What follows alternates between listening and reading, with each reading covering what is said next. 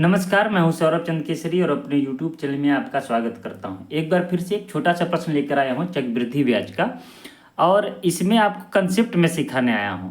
भले ही 5 मिनट लगेगा, ये तो है पढ़ने में 5 सेकेंड, 5 सेकेंड में सवाल हल हो जाएगा। मतलब 10 सेकेंड से 15 सेकेंड का सवाल है, लेकिन एक सवाल को 4 से 5 तरीके 6 तरीके से हल किया जा सकता है, लेकिन वही उसमें से बेस्ट कौन है यही आपको सीखना है। और जब आप पढ़ाई करेंगे, प्रैक्टिस करेंगे तो हो जाएगा।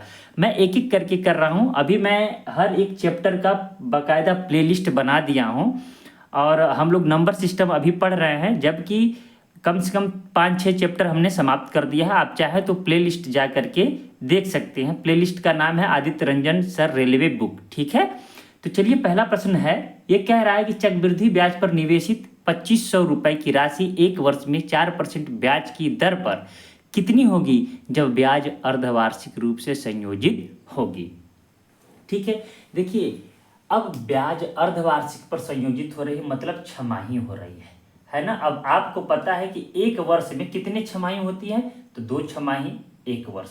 बात समझ में आया, एक वर्ष में 2 छमाही होती है। तो जो ब्याज आपका लग रहा है 4% पर, वो ब्याज कितना हो जाएगा। अब ब्याज कितना हो जाएगा मेरे भाई, 2%। बात समझ में आया।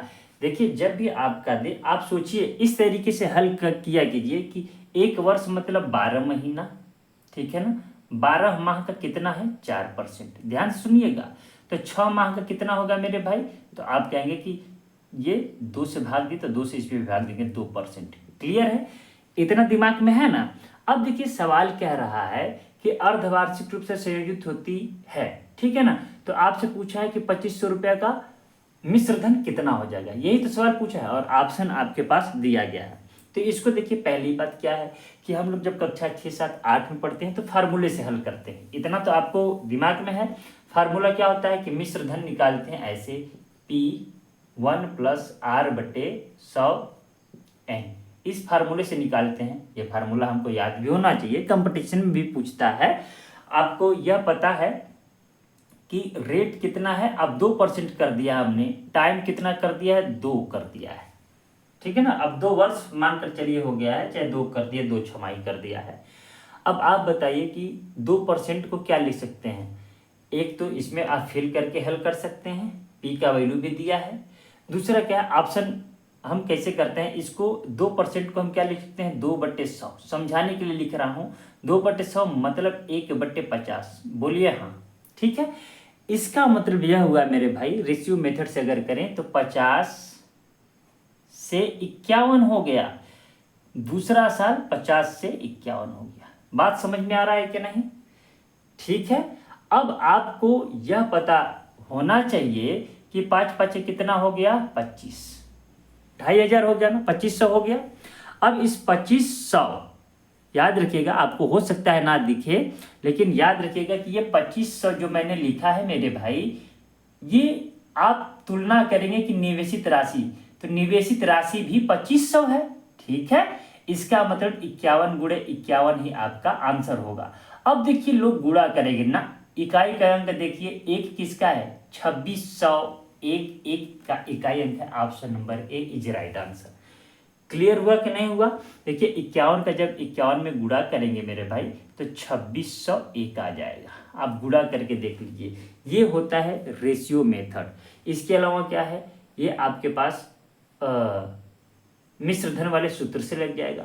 दूसरा तरीका क्या है, चक्रवृद्धि ब्याज दर क्या होता है, ब्याज पर ब्याज होता है।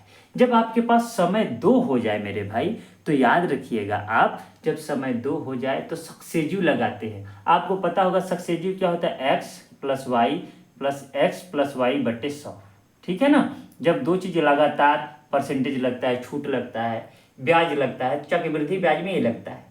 तो कैसे निकालते हैं, देखिए 2% है, ध्यान सुनिएगा। तो 2 का गुणा कर दीजिए 2 में, मतलब 2 और 2 को जोड़ दीजिए, कितना हो गया, 4। ध्यान से सुनिएगा। और फिर इसी 2 का 2 में गुणा करिएगा तो 0,4 आ जाएगा। इसका मतलब कि 2500 रुपए का अगर हम 4.04% भी निकाल दें तो भी हमको आंसर आ जाएगा, ब्याज आ जाएगा, और ब्याज कुछ में जोड़ देंगे तो आंसर मिल जाएगा।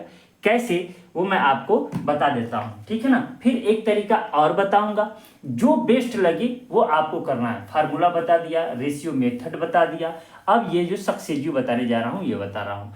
जब भी आपसे प्रश्न पूछे कभी भी, ठीक है, तो आप इसका भी यूज कर सकते हैं। अगर छोटा डेटा है तो हमने कहा ये 2% हो गया था, तो ये 4.04% हो गया था। अभी दिखाया हूं ना मैं मेरे भाई, इस 2500 का इतना परसेंट निकाल लेता हूँ, ठीक है। तो 2 जीरो से 2 जीरो खत्म। अब देखिए 25 चौके 100, 25 चौके 100, 25 शून्य शून्य, तो 100 को 10 था तो जीरो लिख दिया। फिर 25 चौके 100, 101 आया, 2 जीरो। अब बताइए मेरे भाई, 2500 में 101 जोड़ेंगे तो कितना आएगा? 2601। 2601 एकमात्र आंसर है। यह भी तरीका कैसा है? ये जो आया आपका, ये CI आया है ना भाई। जैसे ही हम मूलधन में CI जोड़ देते हैं क्या आ जाता है? मिश्र धन। A बराबर P प्लस CI, ठीक है ना। तो एक तरीका यह भी है। अगर डेटा छोटा है तो तुरंत आप उड़ा दीजिए। देखिए हम क्या करते हैं, और एक अप्रॉक्स मेथड आपको बता रहा हूं। ये तीसरा मेथड हो गया, ठीक है ना, इससे भी सवाल लग गया। अब एक और अप्रॉक्स मेथड बताता हूं, ठीक है, ध्यान से सुनिएगा। आप देखिए कि आपका कितना परसेंट है एक साल का? 4% है। छमाही है 2% हुआ, तो भी 4% से थोड़ा सा ज्यादा आएगा, बस थोड़ा सा ज्यादा। तो 25 चौके 100, 100 रुपया से थोड़ा सा ही ज्यादा होगा। तो 100 रुपया से थोड़ा ज्यादा, यही तो है 2601। ये 2610 हो गया, ये 2600 है, तो एग्जैक्ट 2600 तो आएगा नहीं, 100 से ज्यादा ही आएगा। तो अप्रॉक्स मेथड से भी यह आंसर लग गया।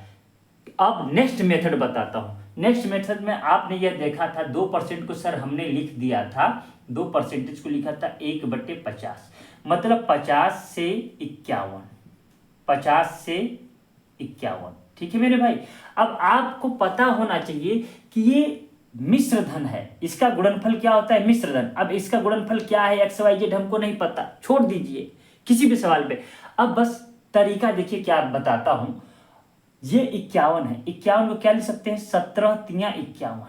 तो जो भी ऑप्शन होगा 3 से और 17 से कट रहा होगा। क्लियर है? अब आप देखिए 3 से ये तो कट रहा है, ध्यान सुनिएगा, 3 से ये कट रहा है, आंसर हो सकता है। 3 से ये भी कट गया, ये भी हो सकता है। 3 से ये नहीं कट रहा है, डिलीट है ना। देखिए 6 5 11, 11 6 17 2 19, ये भी डिलीट। या तो आंसर ये होगा या तो आंसर ये। अब 17 से चेक कर लीजिए, 17 एकम 17, फिर कितना हो गया भाई? 9। अब कितना हो गया? 17 एकम 17, 9 बचा, 91 हो गया। क्या 17 से अगर हम भाग दें, 17 तिया 51, तो 91 कटेगा कि नहीं? नहीं कट रहा है क्या? 17 5 85, कहीं गड़बड़ हो गया क्या? 17 से अगर मैं भाग दूंगा, 17 एकम 17, हाँ ठीक है, गलती हो गया, भाग नहीं दे। 17 एकम 17, यहां पर 90 हो गया, ठीक है मेरे भाई। 17 5 85, 85 5 बचा 1, 17 तिया 51। Option number A is right answer. अब लग रहा होगा कि ये काटने पीटने में बहुत टाइम लग रहा है, नहीं, आप यकीन मानिएगा, जब आप इसका प्रयोग करेंगे तो सवाल उड़ा देंगे। ये काटने में दिक्कत हुआ, इसको चेक कर लिए होते। 17 एकम 17 कितना हो गया? 9 बचा, 91 17 से नहीं कटता है, तो 2601 ही बचा। Option number A is right answer. यह भी तरीका है। अगर मैं यह तरीका जो बताया हूं, इस तरीके को फॉलो करके देखिएगा, आप सवाल को नहीं उड़ा दिए तो फिर कहिएगा।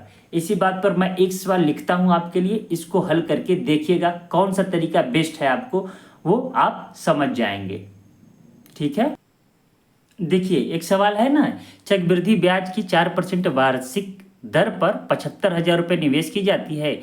एक वर्ष के अंत में उसे कितना प्राप्त होगा यदि ब्याज अर्धवार्षिक संयोजित हो?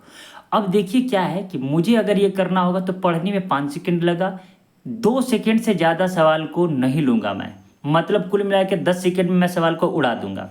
देखिए क्या करते हैं, आप देखिए 4% वार्षिक है ना, ये अर्धवार्षिक संयोजित हो रही है, इसका मतलब 2% और 2 छमाही। बात समझ में आया? 2% को क्या लिख सकते हैं?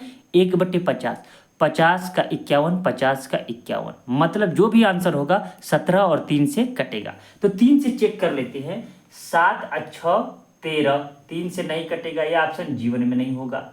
7 7 14, 1 15 4 19, कभी नहीं होगा। 7 8 15 3 18, ये हो सकता है। 8 7 15 4 19, देखिए 3 से ही चेक करने में आ गया, option number C is right answer. अब आप इसको चारों मेथड से लगा कर देखिएगा कौन सा मेथड बेस्ट है, आप उसको ढूंढिएगा। मिलते हैं नेक्स्ट वीडियो में, तब तक के लिए नमस्कार। एक रिक्वेस्ट है, वीडियो अच्छा लगा है तो दोस्तों तक शेयर करिए, चैनल पर नए हैं तो सब्सक्राइब कीजिए, और मैंने प्लेलिस्ट बनाया है तो आप एक एक करके वीडियो देख लीजिए, सभी प्रीवियस ईयर के प्रश्न हैं।